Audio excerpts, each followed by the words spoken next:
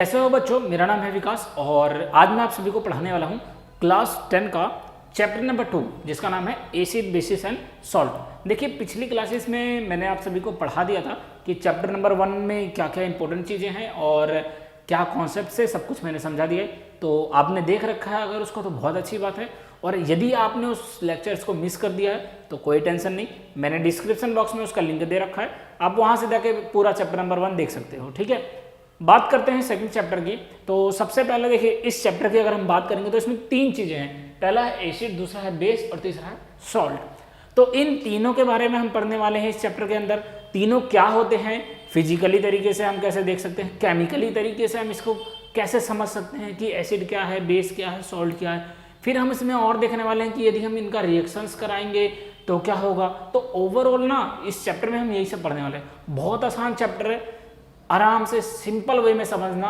Notes भी बनवा दूंगा मैं, लिख भी लेना उसको, पीडीएफ चाहिए हो इंस्टाग्राम पे कांटेक्ट कर लेना, विकास कोचिंग सेंटर नाम से है और वो उसका भी लिंक दे दिया है मैंने, तो उसके नोट्स भी मैं आपको प्रोवाइड करवा दूंगा। ठीक है, तो ज़्यादा टेंशन नहीं लेना, बस आपको क्या करना है जो मैं बताते जा रहा हूँ उसको सुनते चले जाना है। जैसे सबसे पहले हमने बात करा एसिड बेस एंड सॉल्ट, ये हमारा चैप्टर है।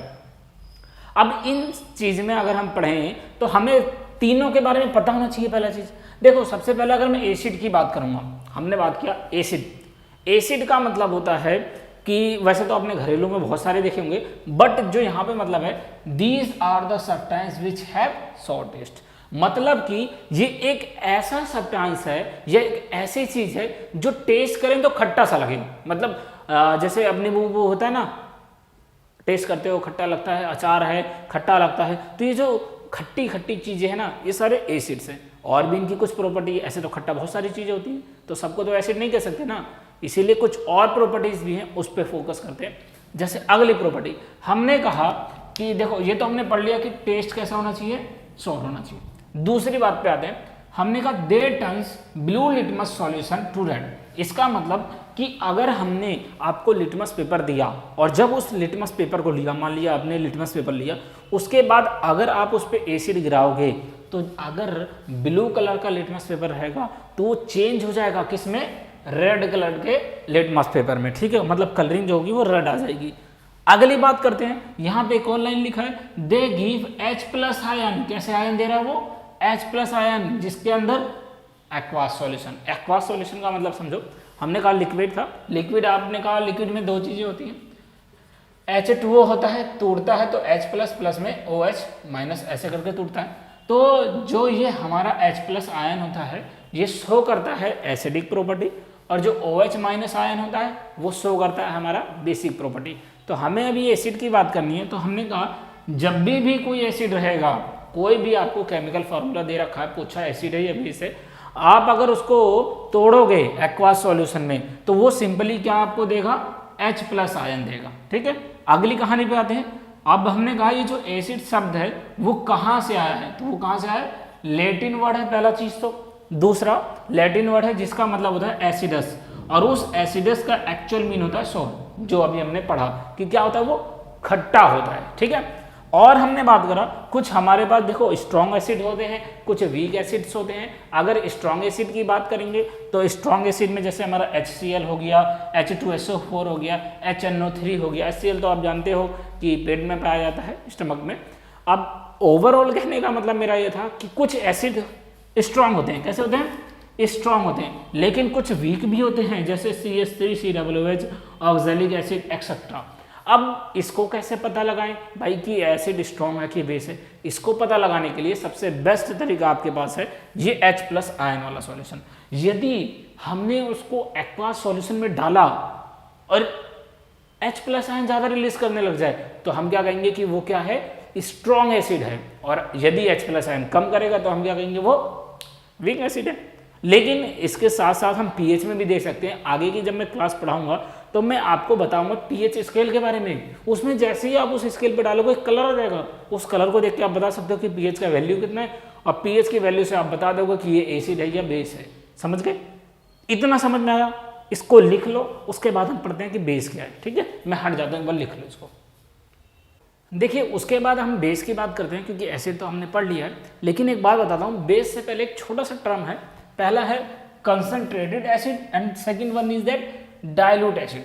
अगर मैं कंसंट्रेटेड एसिड की बात करता हूँ तो कंसंट्रेटेड एसिड का मतलब होता है बेसिकली ऐसा एसिड जिसके अंदर एसिड की मात्रा बहुत ज़्यादा हो और पानी की मात्रा बहुत कम। जैसे आप कह सकते हो कि शहद गाढ़ा चिपचिपा, ऐसे ही एग्जाम्पल के तौर पे मैं समझाने के लिए कह रहा था बस।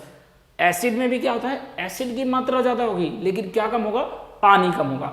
The second one is that, अगर सेकंड की बात करेंगे डाइल्यूट एसिड। डाइल्यूट एसिड में बेसिकली क्या होता है, आपका एसिड जो रहेगा वो तो कम रहेगा लेकिन क्या रहेगा, पानी ज़्यादा रहेगा। इसमें क्या होता है, अगर कंसंट्रेटेड एसिड ज़्यादा है तो वो हमारे हाथ को जला सकता है, हार्म कर सकता है, इसीलिए मैक्सिमम केसेस में डाइल्यूट एसिड का भी इस्तेमाल करते हैं। उससे ज़्यादा फर्क नहीं पड़ता क्योंकि यहाँ लिखा है मोर अमाउंट वाटर, पानी ज़्यादा होता है लेकिन लेस अमाउंट क्या होता है, एसिड होता है। उसके बाद हम अपना सेकंड टॉपिक बात करते हैं जिसका नाम है बेसिस। बेसिस की बात करेंगे तो बेसिस क्या है, एक ऐसा सब्सटेंस है विच आर बिटर। कैसा होता है, ये कड़वा टाइप का बिटर होता है, ठीक है। तो अगर बिटर होता है तो और इसकी दूसरी प्रॉपर्टी हम क्या पढ़ सकते हैं कि जब हम इसको टच करते हैं तो ये कैसा लगता है टच करने में, हमें सोपी टाइप, जैसे सोप होता है ना, साबुन फिसलता है, बिल्कुल ऐसे ही सोपी टाइप का लगता है। और अगर मैं बोलूँगा, देखो पिछले केस में जब मैंने एसिड पढ़ाया था तो मैंने बताया था वहाँ पे लिटमस पेपर के बारे में, उस वाले केस में क्या था, ब्लू से रेड हो जा रहा था, लेकिन इस केस में क्या रहेगा, रेड लिटमस से आपका क्या बन जाएगा, ब्लू हो जाएगा। मतलब कलर कैसा आएगा, यहाँ पे ब्लू कलर आएगा बेस के केस में। और अगला उस वाले केस में हमने पढ़ा था कि एसिड जब भी रिलीज होता है, जब भी एसिड होता है उसे एक्वास सॉल्यूशन में डालते हैं तो H+ आयन रिलीज करता है, लेकिन इधर क्या था, OH- आयन रिलीज करेगा। जो मैंने आपको बताया था ना कि हमने H2O को तोड़ा था और H+ में प्लस में OH- बनाया था, तो ये मैंने किसके टेंस के लिए बोला था, बेस के लिए ही बोला था। तो बेस में हमारा क्या होता है, OH- आयन रिलीज होगा। जितना ज्यादा होगा उतना स्ट्रॉन्ग बेस, जितना कम होगा OH- आयन उतना वीक बेस कह सकते हैं हम ये। तो अगर मैं स्ट्रॉन्ग बेस की बात करूं तो एग्जांपल के तौर पे है NaOH, KOH और CaOH का होल ट्वाइस। ये सारे के सारे क्या हैं, हमारे बेस हैं। और अगर और वीक बेस की बात करेंगे तो वीक बेस सिंपली मैंने NH4OH। और इसके बाद देखो आपने स्ट्रॉन्ग और वीक दोनों पढ़ लिया, फिर आते हैं कुछ एल्कलीज, ठीक है। एल्कलीज क्या होते हैं, ये ऐसे बेस होते हैं which are soluble in water. ऐसे बेस जो पानी के अंदर घुल जाएं उसे हम क्या कहते हैं, एल्कलीज कहते हैं। एग्जाम्पल के तौर पे KOH है, NaOH है और CaOH का होल ट्वाइस है। उसके बाद अगर बात करते हैं तो जो हमारा थर्ड टॉपिक है दैट इज सॉल्ट। सॉल्ट ज़्यादा बड़ा है, मतलब ज़्यादा उसमें करना नहीं है हमें, बेसिकली हमें बस इतना याद रखना है कि जब भी एसिड और बेस को मिलाया जाएगा तो सॉल्ट बनेगा ही बनेगा। तो हम ये कह सकते हैं कि सॉल्ट एक ऐसा कंपाउंड है जो एसिड और बेस के रिएक्शन से बनता है। कैसे बनता है, एसिड और बेस के रिएक्शन से। हमने क्या लिखा, ये एक ऐसा कंपाउंड है formed from the reaction of acid and base. Acid और बेस के रिएक्शन से बना, उसे हम क्या कहेंगे, सॉल्ट कहेंगे। एग्जाम्पल तौर पे NaCl और KCl, ये हमारे क्या है, सॉल्ट्स होते हैं। इसके बाद अभी हम आगे देखने वाले हैं सॉल्ट के बारे में और ज़्यादा अच्छे से, इसको लिख लो फिर आगे बढ़ते हैं, ठीक है। देखिए उसके बाद जो हमारा अगला टॉपिक है वो है इंडिकेटर। इंडिकेटर का मतलब होता है जैसे बाइक में, कार में लगा नहीं होता कि स्पीड को इंडिकेट करना, ऐसे ही हमारे केमिस्ट्री में भी होता है इंडिकेटर। हमने पढ़ लिया कि एसिड क्या होता है, बेस क्या होता है, लेकिन अगर हमें कोई भी चीज़ दिया है तो उसको हम पहचानेंगे कैसे, तो उस पहचानने के जरिए को हम इंडिकेटर कहते हैं, जिसकी वजह से हम पता लगा सकते हैं कि ये एसिड है या ये बेस है। तो सबसे पहले हम पढ़ेंगे इंडिकेटर क्या होता है। इंडिकेटर के बारे में अगर हम बात करेंगे तो दीज आर द सब्सटेंस, ये एक ऐसे सब्सटेंस हैं which change their colour smell in different type of substance. मतलब अलग अलग सब्सटेंस के लिए ये अपने आप का कलर चेंज कर लेते हैं, अपने आप का ऑर्डर चेंज कर लेते हैं। मतलब अगर इसको उसमें मिलाया गया तो ये क्या करेगा, अपने आप को चेंज कर लेगा। चेंज कर लेगा तो हमें पता चल जाएगा कि वो एसिड है कि बेस है कि वो सॉल्ट है। हमने कहा कि अगर इंडिकेटर की टाइप्स की बात करें तो बेसिकली इसको 3 टाइप्स में बांटा गया है। पहला है हमारा नेचुरल इंडिकेटर, दूसरा है हमारा सिंथेटिक इंडिकेटर एंड द तीसरा है हमारा ऑल्फैक्टरी इंडिकेटर। तीनों के नाम से आपको पता चल गया होगा कि तीनों में है क्या। सबसे पहले की बात करते हैं, अगर मैंने कहा कि natural indicator, natural indicator means ये एक ऐसा इंडिकेटर है जो प्रेजेंट होता है कहाँ पे, नेचर्स में, जैसे प्लांट हो गया, प्लांट के प्रोडक्ट हो गया, लीव्स हो गए, एक्सेट्रा वगैरह, ये सारी की सारी चीजें क्या होंगी, हमारी नेचुरल होंगी, नेचुरल इंडिकेटर में आएंगी। जैसे found in nature in plant, found in nature in, यहाँ पे प्लांट कर लीजिए, तो प्लांट में पाया जा सकता है, ठीक है, या प्लांट्स के पार्ट क्या होगा। एग्जाम्पल के तौर पे हमने कहा लिटमस हो गया, ठीक है, अभी जो आपको पढ़ाया था लिटमस वो हो गया। दूसरा हमने कहा रेड कैबेज लीफ हो गई, फ्लावर ऑफ हाइड्रेंजिया प्लांट। तो ये सारे के सारे क्या हैं, एग्जाम्पल्स हैं जो नेचुरली पाए जाएं और इनको भी चेंज क्या आता है। जैसे कि मैंने कहा अगर नेचुरल की तरीके से बोला लिटमस है तो रेड रहेगा, तो रेड के केस में हम क्या कर लेंगे कि इसको क्या है, ये एसिड है। ब्लू के केस में आया, ब्लू कलर आया तो हम इसको क्या बोलेंगे कि ये बेस है, ठीक है, ये नेचुरल हो गया। दूसरी बात करते हैं हम सिंथेटिक की, ठीक है, सिंथेटिक की बात करेंगे तो बनाया गया, मतलब केमिकली हो सकता है। तो जितने भी केमिकल्स आते हैं these are the chemical substances, ये केमिकल सब्सटेंसेस हैं जो कि इंडिकेट करते हैं कि ये एसिड है या बेस है। जैसे कि मिथाइल ऑरेंज हो गया और हमारा फिनोप्थलीन हो गया, ये सारे के सारे किस में आ सकते हैं, हमारे सिंथेटिक इंडिकेटर में आ सकते हैं। एग्जाम्पल के तौर पे हमने कहा कि जैसे अगर फिनोप्थलीन है तो जब भी हम इसको एसिड इसके अंदर मिलाएंगे, मैंने फिनोप्थलीन में मान लीजिए एसिड मिलाया तो ये कैसा हो जाएगा, कलरलेस, मतलब इसका कलर ही गायब हो जाएगा। लेकिन उसी को अगर मैंने बेस में मिला दिया तो वो कैसा कलर का आ जाएगा, पिंक कलर का। तो मान लो मैंने आपको एक सब्सटेंस दिया, एक कोई भी चीज़ दिया, एसिड बेस मैंने बताया ही नहीं क्या है, मैंने आपको दे दिया फिनोप्थलीन, तो आपने क्या करा, उस फिनोप्थलीन के अंदर, ठीक है, क्या मिलाया, एसिड को मिला दिया, या फिर एसिड के अंदर फिनोप्थलीन को मिला दिया। अगर कलरलेस हो गया तो वो आपका क्या हो जाएगा, एसिड हो जाएगा। और यदि पिंक कलर आया तो पिंक कलर सॉल्यूशन आया तो समझ जाना कि वो क्या था, बेस था, जो मैंने आपको दिया था। अगले केस की बात करते हैं all factory. All factory indicator ये भी एक तरीके का इंडिकेटर है जिसमें हम किसी भी सब्सटेंस का ऑर्डर, ठीक है, जैसे हमारा एसिड हो गया, ये बेस हो गया, उसके अलग अलग ऑर्डर के बारे में पता लगाते हैं। ऑर्डर मतलब जानती हो, स्मेल के बारे में पता लगाते हैं। जैसे कि क्लॉव ऑयल होता है, एक चीज होता है क्लॉव ऑयल, अगर मान लीजिए उसका स्मेल रिटेन है, मतलब उसका स्मेल है, तो वो किस केस में होगा, एसिड। एसिड के केस में जो इसका स्मेल है वो नहीं जाएगा, ठीक है, यहाँ लिख लेते हैं हम बेस। तो एसिड के स्मेल में हमारा क्या होगा, क्लॉव ऑयल, जो उसका स्मेल होगा वो नहीं जाएगा। लेकिन अगर हमने बेस के लिए बोला तो बेस के केस में क्या रहेगा, इसका जो स्मेल रहेगा वो गायब हो जाएगा, मतलब कोई स्मेल नहीं आएगा, हम सूंघेंगे तो कोई स्मेल ही नहीं होगा।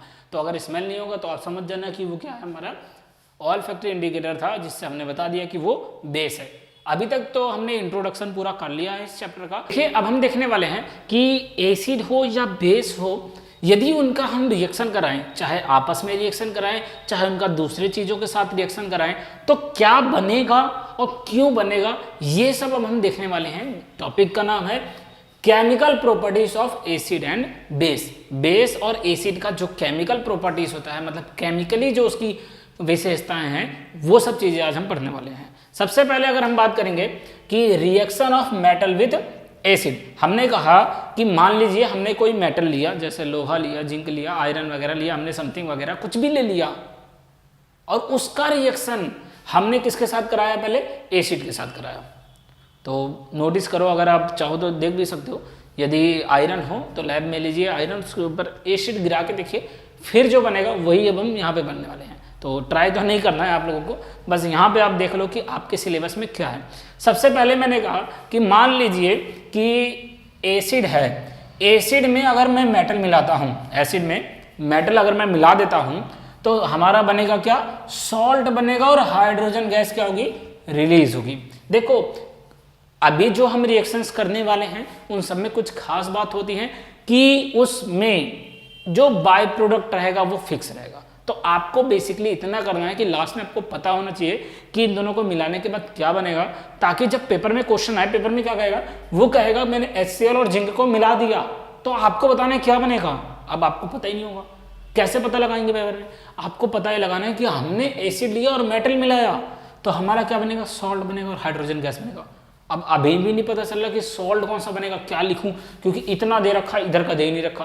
तो आपको क्या करना है, सबसे पहले जो बाय प्रोडक्ट है, जो फिक्स है, उसको लिख लो। हमारा फिक्स क्या है, हाइड्रोजन गैस। हमने कहा हाइड्रोजन गैस को हमने लिख डाला, उसके बाद जो चीजें बची जैसे HCl था, इसमें से H ले लिया और जिंक में से Zn है क्या, मतलब ये समझो कि H ले लिया, 2 H थे तो 2 H बाहर हो गए, यहाँ पे Cl 2 बचे और Zn बचा, तो Zn और Cl 2, तो जो बचा वो मैंने क्या करा, लिख दिया। ये होता है बाय प्रोडक्ट का मतलब। तो जो फिक्स रहेगा, हमने कहा कि जो चीज फिक्स रहेगी, जैसे हाइड्रोजन फिक्स था उसको ले लिया।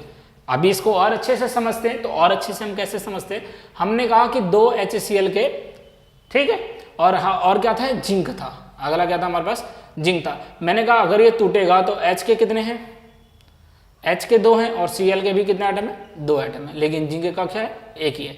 ये आपस में मिले और यहाँ पे क्या बन गया, H2, और ये जिंक वाला इसके साथ मिला तो क्या बन गया, ZnCl2, क्योंकि जिंक अकेला था और Cl 2 था, तो हमने क्या बना दिया, Zn और Cl2, और प्लस में क्या कर दिया, हाइड्रोजन गैस रिलीज कर दिया। तो आपको जो बाय प्रोडक्ट है, जो फिक्स है, उसको पहले लिख देना, जो बचा कुचा उसको एक साथ लिख दो, वो आपका सॉल्ट बन जाएगा। तो पहला चीज समझ में आया कि यदि हम रिएक्शन करा रहे हैं मेटल का एसिड के साथ, तो सॉल्ट और हाइड्रोजन गैस ही बनेगा। इसको रट डालो भाई, पेपर में आएगा, सीधी सी बात। दूसरा बात करते हैं, हमने कहा कि ये तो एसिड के साथ था भाई, अब बेस के साथ रिएक्शन भी देख लेते हैं। तो बेस के साथ जो रिएक्शन हम करेंगे उसमें हमारा क्या रहेगा कि यदि मैंने बेस और मेटल दोनों मिला दिया तो सेम चीज यहां पे भी बनता है, क्या, सॉल्ट एंड हाइड्रोजन गैस, ठीक है। तो सॉल्ट और हाइड्रोजन गैस ही बनेगा। हमने बेस लिया, इस बार बेस में हमने NaOH लिया, सोडियम हाइड्रोक्साइड ले लिया। जब हमने सोडियम हाइड्रोक्साइड लिया तो उसका रिएक्शन Zn के साथ कराया, तो जिंक के साथ कराते ही क्या बनेगा, सॉल्ट बनेगा। अब सॉल्ट तो छोड़ दो पिछली बार की तरह फिर से कि कौन सा सॉल्ट बनेगा, हमें क्या करना है, हमें पहले H2 लिख लेना है। H2 लिख दिया, जो कुछ बचा कुचा H2 में से बाकी सारा यहाँ लिख दो, तुम्हारा फिर से सॉल्ट बन जाएगा। अब बात आई कि हमने ये तो लिख लिया कि ये बनेगा Na, सोडियम हाइड्रोक्साइड या जिंक वगैरह, लेकिन आपको क्या याद रखना है कि जब भी आपको ये सारी की सारी चीजें करनी है तो उसको करने से पहले आपको याद रखना है कि ये जो मैं रिएक्शन लिख रहा हूँ ये बैलेंस होनी चाहिए। यदि बैलेंस करना नहीं आता तो इसका भी मैंने वीडियो लेक्चर दे रखा है, आप जाके उसको देख सकते हैं, डिस्क्रिप्शन बॉक्स में इसका भी लिंक मिल जाएगा। पर्सनली उसमें मैंने पूरा आसान तरीके से बता रखा है कि कैसे हम किसी भी रिएक्शन को बैलेंस करें। आगे चलते हैं अपने टॉपिक पे। अब हमने कहा कि हाइड्रोजन गैस तो निकलेगा, ये तो हमने लिख के बता दिया हाँ केमिकल रिएक्शन में, लेकिन जब करेंगे तो हमें कैसे पता हाइड्रोजन गैस निकला भी कि नहीं निकला, वो तो दिखता ही नहीं हमें। तो दिखता नहीं, उसको पता लगाने के लिए हमें सिंपल क्या करना पड़ेगा, कैंडल लेना पड़ेगा। क्या लेना पड़ेगा, कैंडल लेना पड़ेगा। हमने लिया कैंडल और उसको जला लिया, और कैंडल को जलाकर जहां हमने एक्सपेरिमेंट किया था उसके पास हमें ले जाके क्या करना है, पास ले जाना है। बस उसके पास जैसे ही ले जाओगे क्या होगा, हाइड्रोजन गैस जो रिलीज हुई थी कैन बी टेस्टेड। उसको हम टेस्ट कैसे कर सकते हैं, bringing burning candle near the gas bubble, it Burns with pop sound. It means की दैट जब हम उसके पास ले जाएंगे, जैसे मैंने कहा आपको एग्जाम्पल के तौर पे, ये मेरा कैंडल था, रेड कलर में हम ले लेते हैं कैंडल को, ये हमारा कैंडल था, हमने यहाँ पे एक्सपेरिमेंट किया था, और जब एक्सपेरिमेंट किया तो मैंने कैंडल को जलाया, और जला के जैसे मैं यहाँ पे ले जाऊंगा तो अब तो धुआं तो दिख नहीं रहा, हाइड्रोजन गैस तो दिख नहीं रहा हमें, लेकिन यहाँ रिएक्शन हो रही है, पता कैसे लगाएंगे, जैसे ही इसको लेके जाऊंगा यहाँ पे क्या होगा, हाइड्रोजन गैस मौजूद होने की वजह से ये जो कैंडल की फ्लेम है उसमें आग पकड़ेगी और वो क्या होगा, जलेगा, लेकिन पॉप साउंड के साथ। तो उस पॉप साउंड को सुनकर आप ये चीज का अंदाजा या कंफर्म बोल सकते हैं कि हाइड्रोजन गैस क्या हुई है, रिलीज हुई है। तो पहला तो ये था रिएक्शन विथ मेटल या एसिड या बेस के साथ, तो पहला चीज लिख लो, उसके बाद हम आगे बढ़ते हैं, ठीक है, इसको लिख लो। उसके बाद देखिए पहला रिएक्शन तो हमने कर लिया कि मेटल के साथ कैसे एसिड बेस का रिएक्शन होता है। अब हम जो करने वाले हैं सेकंड है रिएक्शन ऑफ मेटल कार्बोनेट का रिएक्शन या फिर मेटल हाइड्रोजन कार्बोनेट का रिएक्शन। या तो मैं मेटल कार्बोनेट को मैंने मान लीजिए MC बोला, ठीक है, मेटल कार्बोनेट, और मेटल हाइड्रोजन कार्बोनेट को अगर मैं लिखता हूं MHC, तो हमारा जो इस बार का एक्सपेरिमेंट है वो ये है कि अगर हमने एसिड को मेटल कार्बोनेट के साथ मिला दिया या एसिड को मेटल हाइड्रोजन कार्बोनेट के साथ मिला दिया तो क्या होगा। मैंने फिर से बताया था बाय प्रोडक्ट पे फोकस करना, दोबारा से आ जाइए कि यदि एसिड को मेटल कार्बोनेट या मेटल हाइड्रोजन कार्बोनेट के साथ मिलाते हैं वही बनेगा सॉल्ट। क्या बनेगा? सॉल्ट। तो सॉल्ट तो बनना ही बनना है, पहले हमने बात कर दिया था कि सॉल्ट के बारे में बाद में पढ़ेंगे, बहुत सारा सॉल्ट के बारे में पढ़ना है। जिसने नहीं देखा है वो लेक्चर वाला जाके देख लो, दे रखा है मैंने डिस्क्रिप्शन बॉक्स में उसका भी लिंक। तो दूसरा क्या बनेगा? CO2 बनेगा, और तीसरा क्या बनेगा? H2O। तो आपको शॉर्टकट बता रहा हूं, याद रखना भाई। क्या ऐसे मत देखो, बता रहा हूं शॉर्टकट ये है कि जो भी आपका रिएक्शन दिया होगा पेपर में, उसमें आपको सबसे पहले तो CO2 और H2O लिख डालना है। उसके बाद जो जो चीजें बची वो सबको एक साथ लिख दो, तुम्हारा क्या बन जाएगा? सॉल्ट बन जाएगा। सिंपल सीधा फॉर्मूला। तो हमने कहा एक एग्जांपल लेते हैं, HCl लिया और Na2CO3 लिया। जब इन दोनों को कंबाइन करा तो मैंने कहा पहले तो ये वाला CO2 और H2O इनको लिख डालो। बचा क्या? देखो यहाँ पे आओ, हमने कहा कि जब HCl था तो HCl यहाँ पे देखो, 1 O 2 O कितने होगा? 3 O। तो 3 O तो गायब हो चुके यहाँ से। उसके बाद एक C भी गायब उड़ा दो। उसके बाद 2 H भी गायब उड़ा दो। बचा क्या? Cl के 2 और Na के 2। तो 2 हो गए हमारे क्या? 2 NaCl। तो बन गया 2 NaCl, CO2 और H2O। बहुत इजी वे में समझना आराम से। अब हमने कहा कि हमें पता कैसे चलेगा कि CO2 है। पिछली बार हाइड्रोजन के बारे में पता लगाया था, इस बार CO2 के बारे में पता लगाएंगे। तो CO2 के बारे में पता लगाने के लिए हमने कहा CO2 can be tested by passing it through lime water. सबसे बेस्ट तरीका CO2 को लाइम वाटर से पास करा डालो।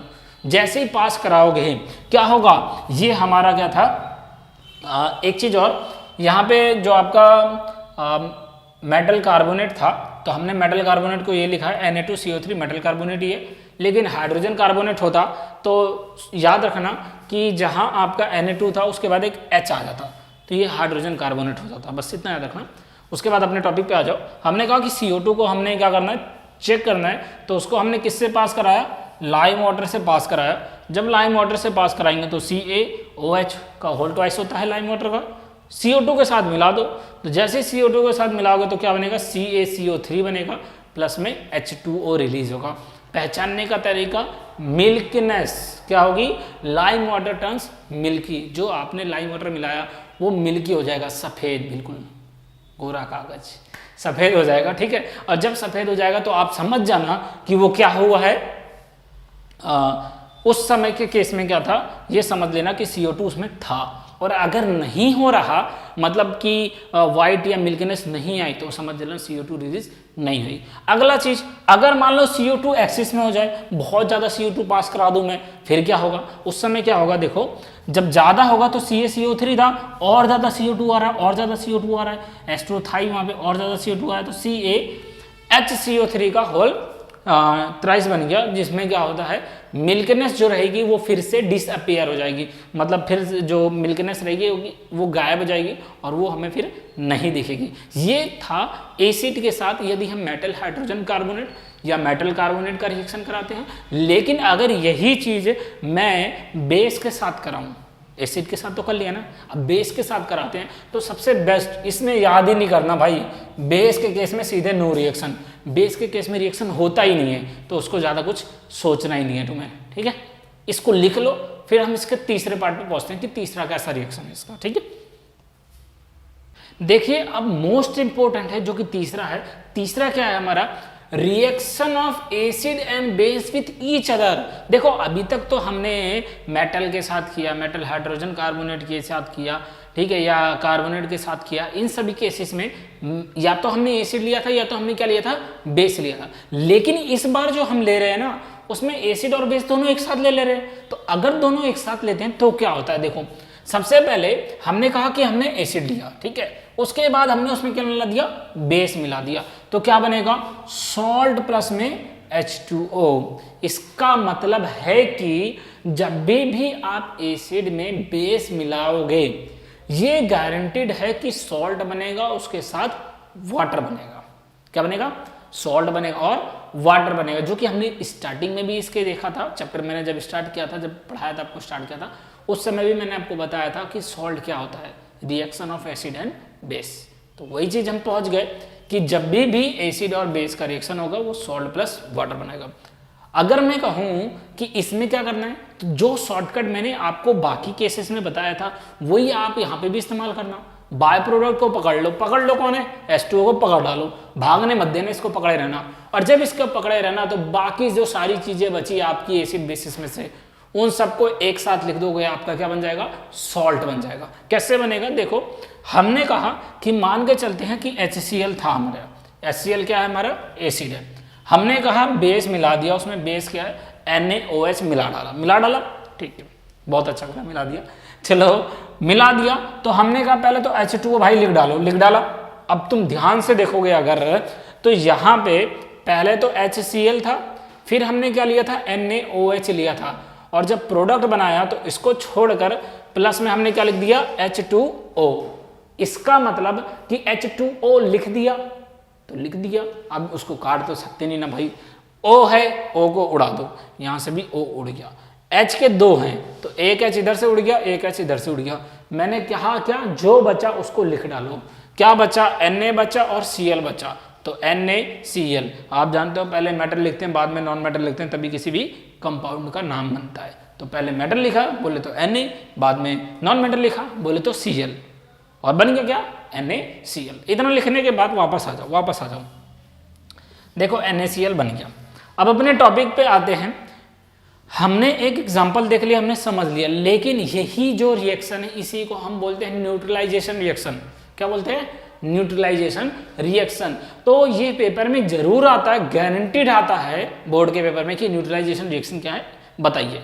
तो आपको लिखना है कि न्यूट्रलाइजेशन रिएक्शन एक ऐसे रिएक्शंस होती है जिसके अंदर एसिड और बेस दोनों एक साथ रिएक्ट होते हैं और सॉल्ट और वाटर बनाते हैं, तो उस रिएक्शन को हम क्या कहते हैं, न्यूट्रलाइजेशन रिएक्शन कहते हैं। जैसे कि हमने क्या लिखा, reaction of acid and base is called neutralization reaction. बहुत छोटा सा डेफिनेशन लिख दिया, आसान सा, ताकि आपको समझ में आ जाए। अब बात करते हैं कौन ताकतवर है कौन नहीं है। मैंने कहा कि सॉल्ट तो बन गया, लेकिन कभी कभी ऐसा होता है कि स्ट्रॉन्ग एसिड मिल गया, या स्ट्रॉन्ग बेस मिल गया, या वीक एसिड मिल गया, या वीक बेस मिल गया। फिर क्या होगा उस केस में भाई, उस केस में क्या होगा, सिंपली आपको याद रखना है, ऐसे मतलब स्ट्रॉन्ग एसिड, WB मतलब वीक बेस। तो जब भी स्ट्रॉन्ग एसिड और वीक बेस मिलेगा तो एसिडिक सॉल्ट ही बनेगा या फिर H2O। अब ऐसे तो याद नहीं हो रहा ना, याद करने का तरीका भाई, जो स्ट्रॉन्ग है वो जीतेगा, सीधी सीधी बात। जो ताकतवर है वो मारेगा दूसरे को और सामने वाले से जीती हासिल कर लेगा। तो यहाँ देखोगे वीक कौन था, बेस भैया वीक थे, और एसिड भैया क्या थे, स्ट्रॉन्ग थे, बॉडी बिल्डर भैया थे। तो बॉडी बिल्डर भैया जीत गए, तो जो सॉल्ट बना उस पर कब्जा किसका हुआ, एसिड का हुआ। तो जो स्ट्रॉन्ग रहेगा उसका कब्जा हो गया। अगले केस में बात करते हैं। अगले केस में हमने कहा इस बार तो भैया एसिड भैया तो छोटे हो गए, वीक हो गए, लेकिन भाई बेस भैया तो बहुत ज्यादा मजबूत निकले। जब बेस भैया मजबूत निकले तो जीतेगा कौन, बेस भैया ही तो जीतेंगे। तो जब बेस भैया जीते तो जो सॉल्ट बना वो कैसा बन गया, बेसिक का बन गया, प्लस में पानी तो बनना ही बनना है।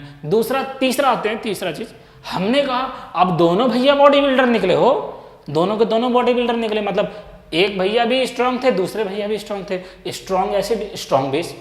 अब दोनों की कितनी भी लड़ाई करवा लो, अब मैं दोनों तरफ से कितना भी फोर्स लगा लूं, तुम्हें लगता है कि इधर से इधर हो जाएगा, नहीं होगा ना। बैलेंस फोर्स पढ़े हो 9th में, याद तो है, चलो बहुत अच्छी बात है।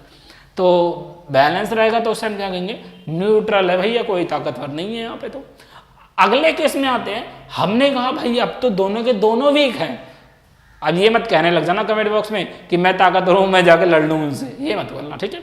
दोनों के दोनों वीक हैं, तो दोनों वीक रहेंगे, फिर भी क्या होगा, लड़ाई होगी, बेचारे ऐसे ऐसे ही रह जाएंगे, यहीं पे हिल भी पाएंगे नहीं, लड़ाई जो इधर ना होगा ना इधर होगा। तो इस केस में क्या हुआ कि जितना हमारा वीक बेस था या वीक एसिड था, मिलाकर क्या बने, न्यूट्रल सॉल्ट बने। तो आपको ये चारों कंडीशन मालूम होनी चाहिए, कब एसिड स्ट्रांग होता है, कब वीक स्ट्रांग होता है, क्या बनता है, किसका सॉल्ट बनता है, ये सारे केसेस आपको मालूम होने चाहिए, ठीक है। समझ में आया, लाइक कर देना वीडियो को, अगर समझ आ रहा होगा तो अपने दोस्तों में भी भिजवा दो, उनका भी सब्सक्राइबर तो बढ़वा दो यार, तुम्हारे लिए इतनी मेहनत कर रहा हूँ। गर्मी लग रही है भाई, इतना गरीब हूँ कि AC लगाने का नहीं है, और पंखा चलाऊंगा ना तो तुम्हें मेरी आवाज़ क्लियर नहीं सुनाई देगी, इस वजह से पंखा भी नहीं चलाता।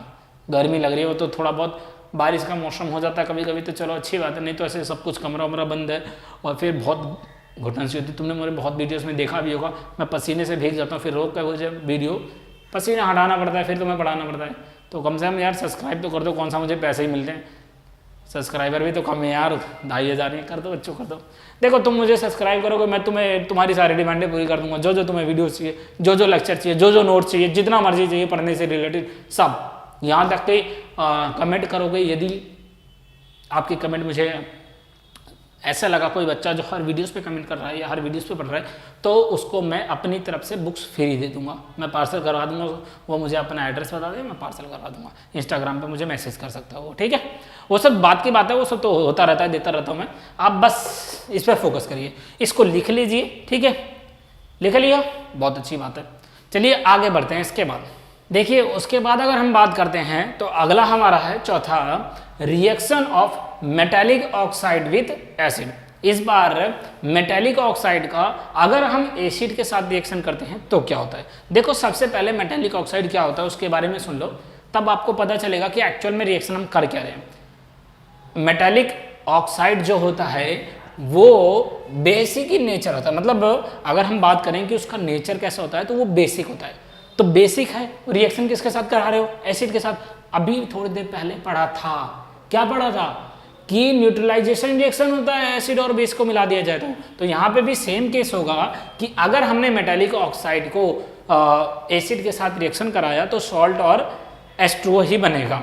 तो अपने केस पे आते हैं, हमने कहा कि मेटालिक ऑक्साइड के एग्जांपल जैसे CaO, MgO ये सारे के सारे बेसिक होते हैं, और मेटालिक ऑक्साइड अगर एसिड के साथ मिलाते हैं तो सॉल्ट और H2O बनता है, ये भी चीज़ पढ़ लिया है। उसके बाद एक एग्जांपल देखते हैं, जैसे हमने कहा एक मेटालिक ऑक्साइड है CaO, HCl के साथ मिला रहे हैं, तो हमने पहले ही फिर से वही आपको याद रखना है क्या, जो बाय प्रोडक्ट है उसको पहले लिख डालो, बाकी जो बचा उन सबको एक साथ लिख दोगे तुम्हारा सॉल्ट बन जाएगा।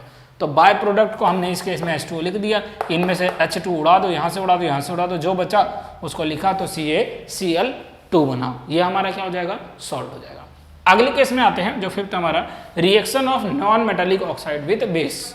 इतने रिएक्शंस थे हमारे पास, तो लास्ट है reaction of non metallic oxide.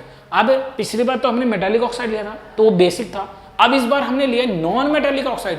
Non metallic oxide अगर हम लेते हैं तो वो कैसा रहेगा, समझ गए होगे, एसिडिक, ठीक है। तो अगर एसिडिक रहेगा, non metallic oxides are acidic in nature, reaction तो पक्का बेस के साथ होगी। जब बेस के साथ हम रिएक्शन उसकी कराएंगे तो नॉन मेटालिक ऑक्साइड प्लस में बेस मिलाएंगे तो सॉल्ट प्लस H2O ही बनेगा, और H2O ही बनेगा तो CO2 लिया हमने नॉन मेटालिक ऑक्साइड, उसमें हमने मिला दिया CaOH का 2, बना क्या CaCO3 और H2O। तो वही है, फिर से H2O लिख लेना पहले, बाकी जो बचेगा उन सबको एक साथ लिख देना, तुम्हारा सॉल्ट बन जाएगा। अब एक छोटी सी बात बताता हूँ, देखो हमने क्या देखा कि एसिड को और बेस को यदि हम मिलाते हैं तो हमारा बनता क्या है, बनता है हमारा सॉल्ट प्लस में H2O, that is salt plus में इसको मैं वाटर लिख सकता हूँ, ठीक है। हम जानते हैं कि जो हमारा टीथ होता है, दांत होता है, उसके अंदर एसिडिक मात्रा बढ़ जाती है तो खराब होता है, जिसकी वजह से हमें ब्रश करना पड़ता है। तो जब हम ब्रश करते हैं तो ब्रश जानते हो बेसिक होता है और पहले से एसिडिक है, तो एसिडिक है और बेसिक हमने मिला दिया, तो आपका इस रिएक्शन के हिसाब से सॉल्ट और वाटर बनना चाहिए आपके माउथ में, तो बनता है, इसीलिए नमक जैसा लगता है। आपको ब्रश करते हो ना तो थोड़ा सा नमक नमक जैसा टेस्ट आता है, तो एक्चुअल में यही होता है कि वो बेस होता है, जो टूथपेस्ट होता है वो बेस होता है, और एसिडिक आपके दांत में है, तो जब उसको घिसोगे आप दोनों रिएक्शन होगा, और रिएक्शन होते ही एसिड बेस्ड रिएक्शन होते ही आपका क्या बनेगा, सॉल्ट और वाटर बनेगा। तो हमें थोड़ा सा सॉल्टी सॉल्टी रखता है। तो केमिकल प्रॉपर्टीज यहीं तक था। एसिड की खासियत होती है कि H+ आयन को रिलीज करना।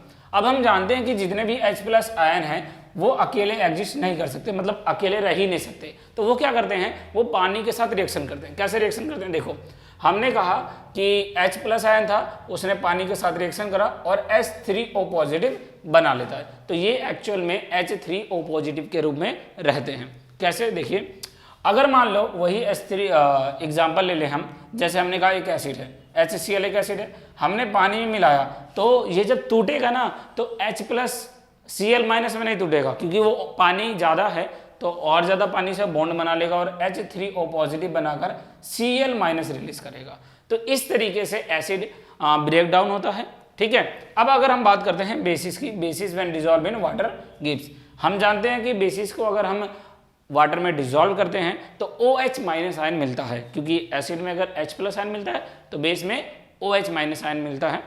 अब हमने एक एग्जांपल लिया, मान लीजिए NaOH है, ठीक है, उसको पानी में जैसे ही मिलाया तो इसमें क्या टूटेगा, Na टूटेगा प्लस के साथ और OH टूटेगा माइनस के साथ। एक और एग्जांपल है, जैसे MgOH दे रखा है, पानी में जैसे ही डाला तो Mg2 प्लस टूटेगा और 2 OH माइनस के आयन रहेंगे, ठीक है। तो ये तो था कि अगर हम एसिड और बेस को मिलाते हैं पानी के अंदर तो कैसा होता है। इसके बाद जो अगला कॉन्सेप्ट है वो ये है कि हमें एसिड मिला हुआ है बट वो कंसनट्रेटेड है।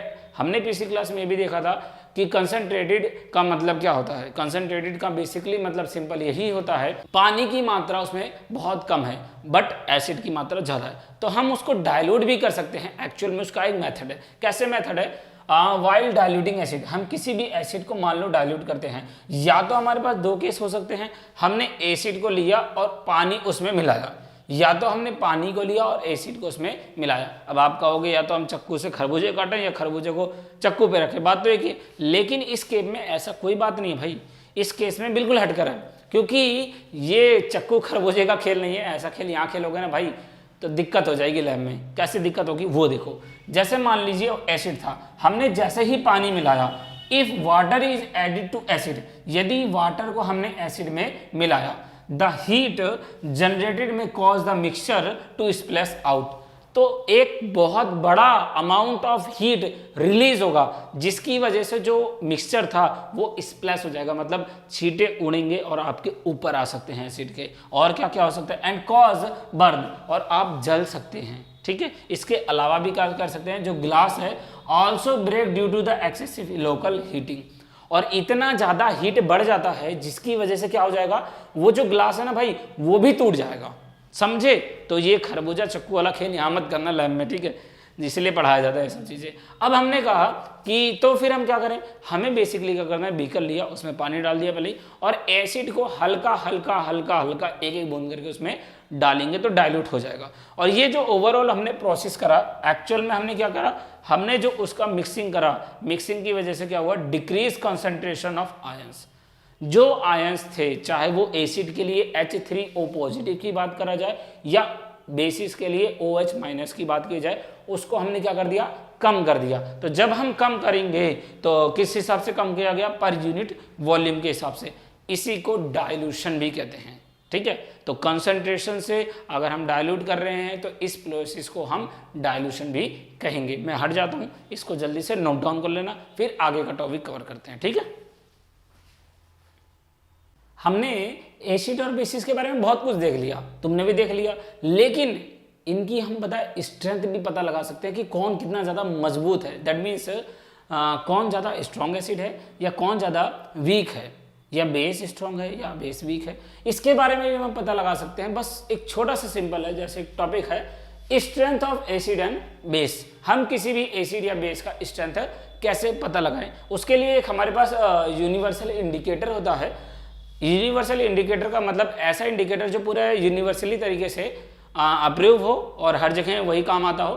तो उसमें क्या होता है, मिक्सचर ऑफ सेवरल इंडिकेटर्स, मतलब बहुत तरीके से सेवरल इंडिकेटर्स का मिक्सचर होता है। और ये बेसिकली डिजाइन इस तरीके से किया जाता है कि it shows different colour at different concentration of H+ ion in the solution. That means कि अगर हम H+ आयन की कंसंट्रेशन को चेंज करेंगे, मान लो H+ आयन की कंसंट्रेशन हम चेंज कर रहे हैं, तो चेंज करते समय ना ये अलग अलग बार कलर शो करेगा।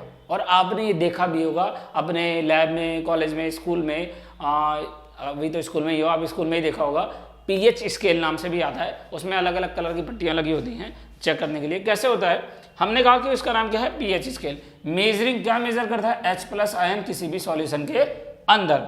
कैसे होता है, पीएच का मतलब ही सुन लो, पीएच से स्मॉल में लिखते हैं और H कैपिटल में। पी का मतलब होता है पोटेंस, और पोटेंस एक जर्मन वर्ड है जिसका मतलब होता है एक्चुअल में पावर। तो अगर पीएच की वैल्यू 7 के बराबर हुई तो उसे हम न्यूट्रल कहते हैं, और 7 से कम हुई तो उसे एसिडिक कहेंगे, और 7 से ज़्यादा हुई तो उसे बेसिक कहेंगे। लेकिन इसकी एक लिमिट है, ये 0 से लेकर 14 तक ही होता है, 14 तक ही होता है, ठीक है। कैसे होता है देखो, हमने कहा कि मान लो ये एक पीएच स्केल है, 0 से स्टार्ट हो रहा है, 7 आ रहा है बीच में और फिर आता है 14 आता है। तो जो 7 वाला केस होगा वो हमारा न्यूट्रल होगा, और अगर हम 7 से 0 की तरफ जाएंगे तो वो हमारा एसिडिक बनेगा, और 7 से हम 14 की तरफ जाएंगे तो वो हमारा बेसिक बनेगा। देखो ये बहुत सिंपल और आसान टॉपिक है, प्यार से समझना, समझ में आ जाएगा। जैसे कि अभी हमने कहा कि हमने 7 से 0 की तरफ गए तो एसिडिक बना, तो इसका मतलब एसिडिक बनेगा तो H+ आयन की कंसंट्रेशन भी बढ़नी है, ये तो जाहिर सी बात है। तो अगर बढ़नी है तो अगर आप 7 से 0 की तरफ जाओगे तो हम ये कह सकते हैं कि H+ आयन की कंसंट्रेशन विल बी इंक्रीज, और दूसरी तरफ अगर हम 7 से 14 की तरफ जाएंगे तो H+ आयन की जो कंसंट्रेशन है वो क्या होगी, डिक्रीज होगी। क्यों डिक्रीज होगी, क्योंकि उस तरफ क्या है, बेस है। आगे की बात होती है। चलो अगला हमने कहा कि बेस की बात, 7 से 14 की तरफ जाते हैं तो बेसिक नेचर बढ़ेगा, दैट मीन्स बेसिक होगा। तो हमने कहा बेसिक होगा तो OH- आयन की जो कंसंट्रेशन है वो बढ़नी है भाई, बढ़नी है। चलो बढ़ा दी हमने, तो 7 से लेकर 14 तक अगर हम जाते हैं, 14 की तरफ भागते हुए चलते जाते हैं, तो OH- आयन की जो कंसंट्रेशन है वो बढ़ेगी, इंक्रीज होगी। अब इसका उल्टा आ जाओ, अगर 7 से 0 की तरफ आओगे तो जो OH- आयन की कंसंट्रेशन है वो क्या हो जाएगी, गिर जाएगी। क्यों गिरेगी, क्योंकि उस तरफ तो भाई एसिड रहता है पहले से ही, तो वहां तो बेसिक जा ही नहीं पाएगा। दूसरा अगला क्या चीज है, एसिडिक नेचर। अगर हम इधर को भागेंगे तो एसिडिक नेचर भी इंक्रीज होगा, लेकिन उस तरफ को जाएंगे तो एसिडिक नेचर क्या होगा, घटेगा, दैट मीन्स डिक्रीज होगा। और अगर हम बेसिक नेचर की बात करते हैं तो बेसिक नेचर हमारा 14 की तरफ बढ़ेगा और 0 की तरफ डिक्रीज होगा। ठीक है, तो ये हमारा पीएच स्केल के बारे में था। और अगर हम मान लेते हैं एसिड को हम डाइल्यूट करते हैं, जैसे अभी हम कर रहे थे स्टार्टिंग में, तो अगर हम डाइल्यूट करते हैं तो जो पीएच है वो आप जानते हो इंक्रीज होगा। इंक्रीज दैट मीन्स नंबर की काउंटिंग बढ़ेगी, तो डाइल्यूट करोगे तो वीक एसिड बनेगा, और अगर वीक एसिड बनेगा तो H+ आयन की कंसंट्रेशन तो भाई घटने लगी, और घटती किधर है, इस तरफ से कोई आगे घटेगी, तो दैट मीन्स इस तरफ जा रहा है तो पीएच की क्या है, वो इंक्रीज हो रहा है। ठीक है, अब अगला क्या आता है, हमने कहा डाइल्यूट करा अगर बेस को डाइल्यूट कर रहे हैं भाई लोग, बेस को डाइल्यूट करोगे तो जानते हो यार पीएच क्या है, वो घटने लगेगा, क्योंकि डाइल्यूट हो रहा है मतलब वीक बनते जा रहा है। कौन वीक बन रहा है, बेस वीक बन रहा है। तो अगर बेस वीक बनेगा तो इस तरफ को गिरेगा भाई, और अगर इस तरफ को गिरेगा तो जानते हो कि पीएच है जो वो क्या हो जाएगा, डिक्रीज हो जाएगा, 0 की तरफ जा रहा है, मतलब काउंटिंग घट रही है। आगे आ जाओ, आगे आते हैं। हमने कहा कि कुछ ऐसे टॉपिक्स हैं आपकी एनसीईआरटी की बुक में लिखे हुए हैं जो कॉमन एग्जाम्पल हैं पीएच को लेकर, जैसे कि हमारे बॉडी का जो पीएच है वैसे तो 7 से 7.8 रहता है, और अगर हम बारिश के पानी की बात करते हैं, अगर मान लीजिए बारिश का पानी का जो पीएच है वो 5.6 से घटता है, दैट मीन्स लो की तरफ जाता है, तो उसे हम एसिड रेन भी कहते हैं। जो जानते हो बहुत बार एसिड रेन सुना है कि ताजमहल वगैरह खराब होते जा रहा है, ऐसे ऐसे केसेस सुने। और अगर हमने कहा टूथ डिके, इसका पेपर में आता है टूथ डिके का मतलब दांतों का सड़ना। एक्चुअल में क्या होता है, जो दांत होते हैं दांतों के ऊपर की जो कवरिंग होता है वो एनिमल की बनी होती है, जिसका नाम होता है कैल्शियम फॉस्फेट होता है। तो कैल्शियम फॉस्फेट बहुत ही ज़्यादा मजबूत होता है, और हम ये भी कह सकते हैं कि हमारी बॉडी का सबसे हार्डेस्ट सब्सटेंस भी एनिमल होता है। ठीक है, अब उसको क्या होता है, डैमेज करता है। कैसे डैमेज करता है, अगर मान लो हमारे माउथ का पीएच 5.6 से लो होने लगा तो वो खराब होने लगेगा, और जिसकी वजह से हमारे दांत सड़ने लग जाएंगे और टूट भी सकते हैं। तो उसको बरकरार रखने के लिए आप जानते हो ब्रश कर सकते हो, सुबह शाम दोनों टाइम करिए। अभी तो इसको लिख लीजिए, ब्रश बाद में करिएगा, ठीक है, नहीं तो कहोगे ब्रश करवा रहा हूँ मैं, लिखवा नहीं रहा, पहले इसको लिख लो। ठीक है, देखिए ये लास्ट टॉपिक है, दैट मीन्स कि ये चैप्टर खत्म होने वाला है, जानता हूँ बहुत बड़ा हो गया, बट जिन्होंने इससे पहले के टॉपिक देख रखे हैं बहुत अच्छी बात है, और जिन्होंने नहीं देखे वो देख लेना, डिस्क्रिप्शन बॉक्स में पूरा लिंक दे रखा है। तो लास्ट टॉपिक की बात हम ये करते हैं कि इस चैप्टर का जो हमारा लास्ट टॉपिक है वो है केमिकल फ्रॉम कॉमन सॉल्ट्स, मतलब जो हमारा कॉमन सॉल्ट है जिसे NaCl बोलते हैं, उससे कौन कौन से केमिकल्स बने हैं और हमारे सिलेबस में कौन कौन से हैं और हमें पढ़ने कौन से हैं। देखो अभी तक बने थे, पूरा समझ में आया था, आगे और भी सीरीज है, अगला चैप्टर अगले दिन स्टार्ट हो जाएगा, तो छोड़ना नहीं है, गैप नहीं करना वरना बर्डन पड़ जाएगा। करना क्या है, आगे देखो, सबसे पहले हमने कहा कि कॉमन सॉल्ट दे रखा है NaCl, उसमें से हमने 5 टॉपिक्स पढ़ने हैं। कितने पढ़ने हैं, 5 पढ़ने। तो पांचों के पांचों कौन कौन से हैं, सबसे पहला हमारा जो आता है उससे हम कहते हैं सोडियम हाइड्रोक्साइड, जिसका केमिकली फॉर्मूला है NaOH। तो पहला हमें पढ़ना है कि केमिकल में NaOH जो है सोडियम हाइड्रोक्साइड है वो क्या चीज़ है। उसके बाद हमें पढ़ना है ब्लीचिंग पाउडर क्या होता है, जिसे CaOCl2 कहते हैं। उसके बाद बेकिंग सोडा है, बेकिंग सोडा को हम NaHCO3 से भी जानते हैं। और उसके बाद जो हमारा नेक्स्ट वन है, मतलब चौथा है, वॉशिंग सोडा है, जिसका फार्मूला होता है Na2CO3.10H2O। और जो लास्ट है, जैसे कि हमारा पांचवा है plaster of Paris. Plaster of Paris का अगर हम फॉर्मूला की बात करेंगे तो CaSO4 डॉट हाफ H2O है। तो बेसिकली ये पांचों के पांचों बहुत भारी पड़ते हैं याद करने के लिए, पेपर के पॉइंट ऑफ व्यू में आता भी है पेपर में। तो देखो एक शॉर्टकट बताऊंगा, सिंपल तरीका बताऊंगा कि आपको क्या याद रखना है, क्या होता है और उसका इस्तेमाल क्या है, बस इससे ज़्यादा आप लोगों को कुछ याद ही नहीं करना। क्या होता है और उसका इस्तेमाल क्या होता है। जैसे कि एग्जाम्पल के तौर पर हमने कहा, अगर हम पहले वाले को उठाते हैं जिसका नाम क्या है, सोडियम हाइड्रोक्साइड, तो सोडियम हाइड्रोक्साइड की बात करेंगे तो ये भी NaCl से बना है, मतलब NaOH है। NaOH के बारे में हमने कहा कि पहले क्या होता है और उसका इस्तेमाल क्या है, बस इतना है, इतना ही लिखवाऊंगा, इससे ज़्यादा भी नहीं लिखवाऊंगा। और अगर ये नोट्स चाहिए तो ये तो सपोर्ट मटेरियल के नोट्स है, वही है, आप उसको भी लिख सकते हो, वहाँ से देख सकते हो। अगर गवर्नमेंट स्कूल में पढ़ते हो तो आपको पता होता है ये सपोर्ट मटेरियल क्या होती है। चलिए सबसे पहले टॉपिक की बात करते हैं, सोडियम हाइड्रोक्साइड।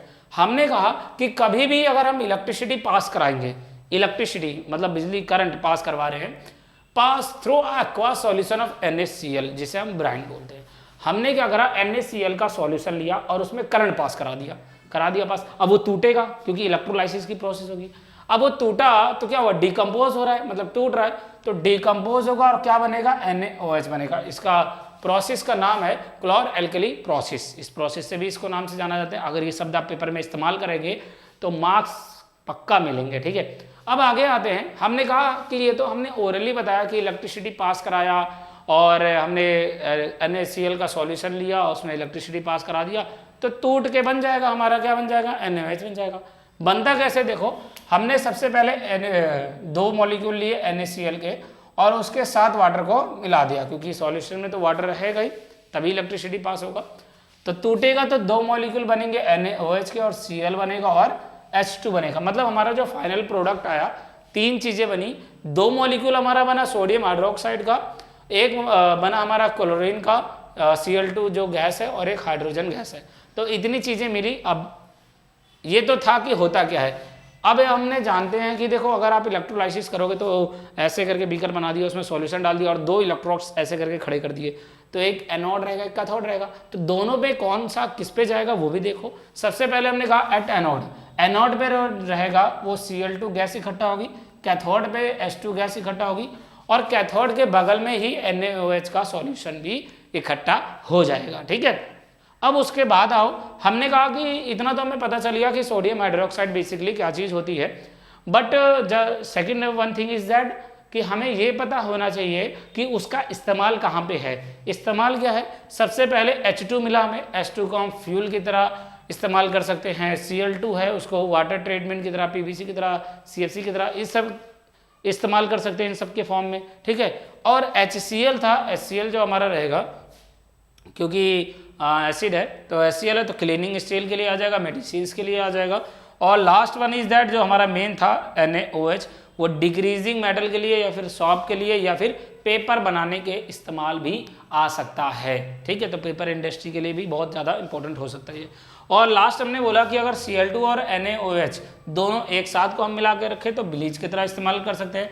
ब्लीच कौन कौन से, जैसे कि हाउस होल्ड में जो ब्लीच किए जाते हैं वो, या फिर ब्लीचिंग फैब्रिक्स, इन सभी में उसका इस्तेमाल किया जा सकता है। तो पहला हमने देख लिया कि सोडियम हाइड्रोक्साइड मीन्स NaOH जो था वो क्या था, कैसे बना और कहाँ कहाँ इस्तेमाल किया जाता है, ये चीज़ हो गई। सेकंड हम देखते हैं ब्लीचिंग पाउडर, कि ब्लीचिंग पाउडर बेसिकली क्या क्या चीज़ है, कैसे कैसे बना है और इसके इस्तेमाल क्या है। उसके बाद आगे एक एक करके देखते रहते हैं। वीडियो को लाइक कर लेना और वीडियो को पूरा देखना, तभी समझ में आएगा।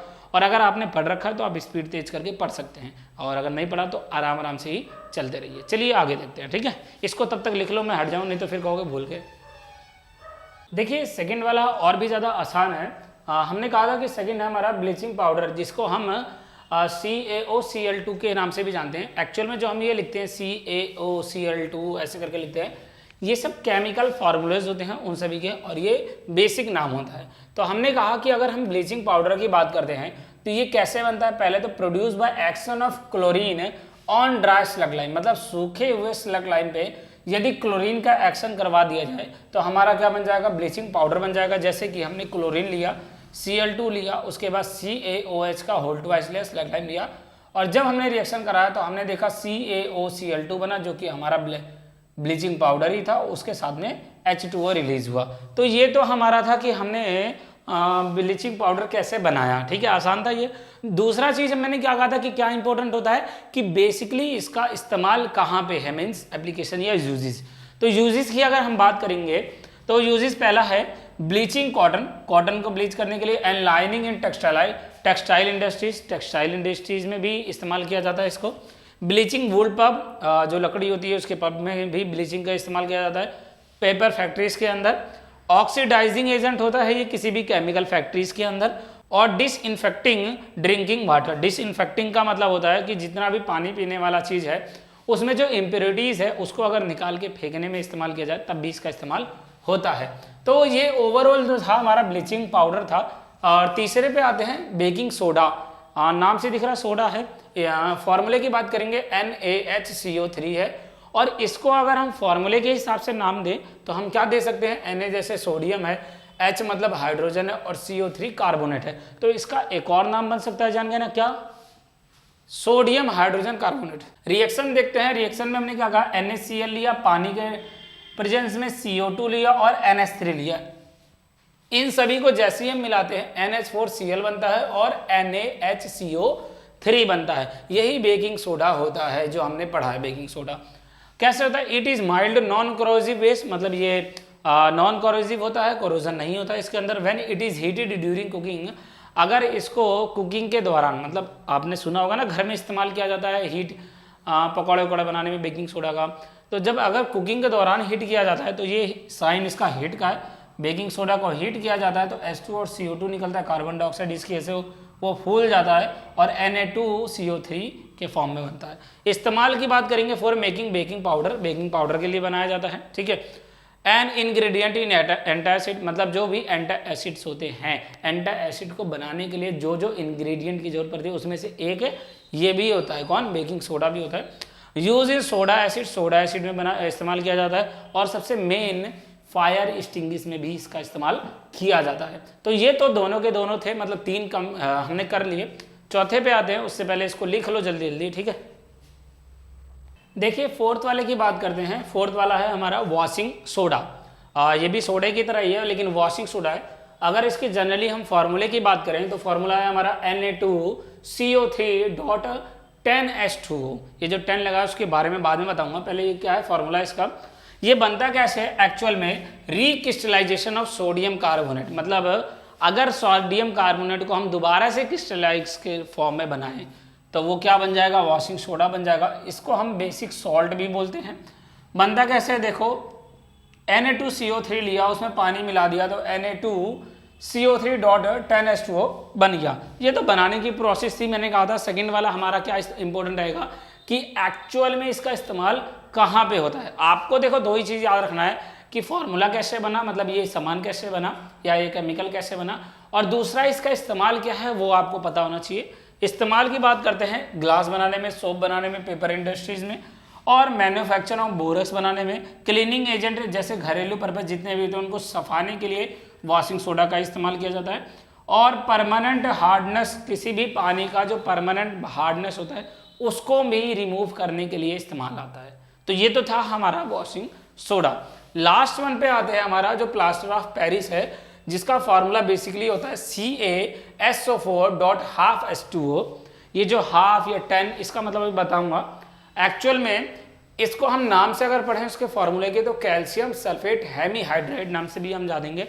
हेमीहाइड्राइड मतलब कि जो पानी का मॉलिक्यूल है वो आधा है। जब हमने हीट किया जिप्सम को, जिप्सम का फॉर्मूला होता है CaSO4.2H2O, उसको 373 केल्विन पे हीट किया। कमेंट में आपको बताना कि 373 केल्विन को अगर सेल्सियस में चेंज करेंगे तो कितने डिग्री सेल्सियस आएगा, कमेंट करो जल्दी से, ठीक है। आगे देखो तो वो क्या बन जाएगा, उसका जो पानी का मॉलिक्यूल रहेगा वो छिन जाएगा, लॉस ऑफ वाटर मॉलिक्यूल, और बन जाएगा POP, that means plaster of Paris. जो आप POP करते रहते हैं ना, घरों में इस्तेमाल होते हैं, तो वही है। व्हाइट कलर का पाउडर होता है, जब मिक्स किया जाता है पानी के साथ तो फिर से वो जिप्सम बन जाता है। जैसे हमने लिया POP लिया, उसको पानी के साथ मिला दिया तो फिर से जिप्सम बन गया।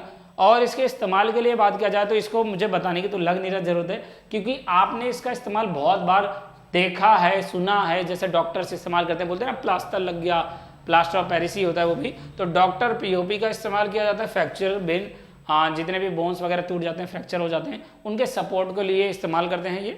टॉयज बनाने के लिए इस्तेमाल कर सकते हैं, मटेरियल फॉर डेकोरेशन, सजावटी सामान के लिए इस्तेमाल कर सकते हैं, और फॉर मेकिंग स्मूथ, और हम इसका सरफेस को स्मूथ करने के लिए भी इस्तेमाल कर सकते हैं। तो बेसिकली ये तो थे हमारे केमिकल्स थे। अब लास्ट जो एक छोटा सा चीज बचा है वो है water of crystallization. Water of crystallization का मतलब होता है, मैंने लिख रखा, देख सकते हो आप। वाटर ऑफ क्रिस्टलाइजेशन का मतलब है किसी भी एक फिक्स्ड कंपाउंड में जो सॉल्ट है या फार्मूला यूनिट सॉल्ट है, उसके अंदर कितने मॉलिक्यूल प्रेजेंट हैं वाटर के, उसी को हम वाटर ऑफ क्रिस्टलाइजेशन कहते हैं। एग्जाम्पल के लिए मैंने कहा था यहाँ पे 10H2 है तो 10 वाटर मॉलिक्यूल है, तो वाटर ऑफ क्रिस्टलाइजेशन क्या हो गया, 10 हो गए। यहाँ पे हाफ था तो हाफ होगा, यहाँ पे 2 था तो 2 हो गया। इसी तरीके से एक और एग्जाम्पल है CaSO4.5H2O, इसके पास कितने हैं, 5 वाटर के मॉलिक्यूल्स हैं। तो आशा करता हूँ कि आप लोगों को ये चैप्टर नंबर 2 बहुत अच्छे से समझ में आया होगा, और खास करके ये जो इंपॉर्टेंट टॉपिक था ये भी अच्छे से समझ में आया होगा। तो आया है तो वीडियो को तो लाइक कर दो सबसे पहले। उसके बाद यदि आपने चैप्टर 1 के सारे टॉपिक्स नहीं कवर किए हैं या चैप्टर 2 के सारे टॉपिक्स कवर नहीं किए हैं, तो चाहो तो डिस्क्रिप्शन बॉक्स में देख सकते हो, और नहीं तो चैनल को सब्सक्राइब कर लो और प्लेलिस्ट पे चले जाओ। प्लेलिस्ट पे आपको पूरा 10th क्लास का साइंस लाइन से सारे चैप्टर्स मिल जाएंगे, और रेगुलर जो क्लासेस होते हैं उसकी वीडियोस आपको रोजाना मिलती रहेगी। तो टाइम वेस्ट तो नहीं करना, जो स्टार्टिंग में बताया था लगे रहो उसी पे, नंबर पूरे आएंगे। इसको लिख लो जल्दी से, मैं थोड़ा सा हट जा रहा हूँ। ठीक है, फिर मिलते हैं अगले चैप्टर में, तब तक के लिए टाटा बाय बाय।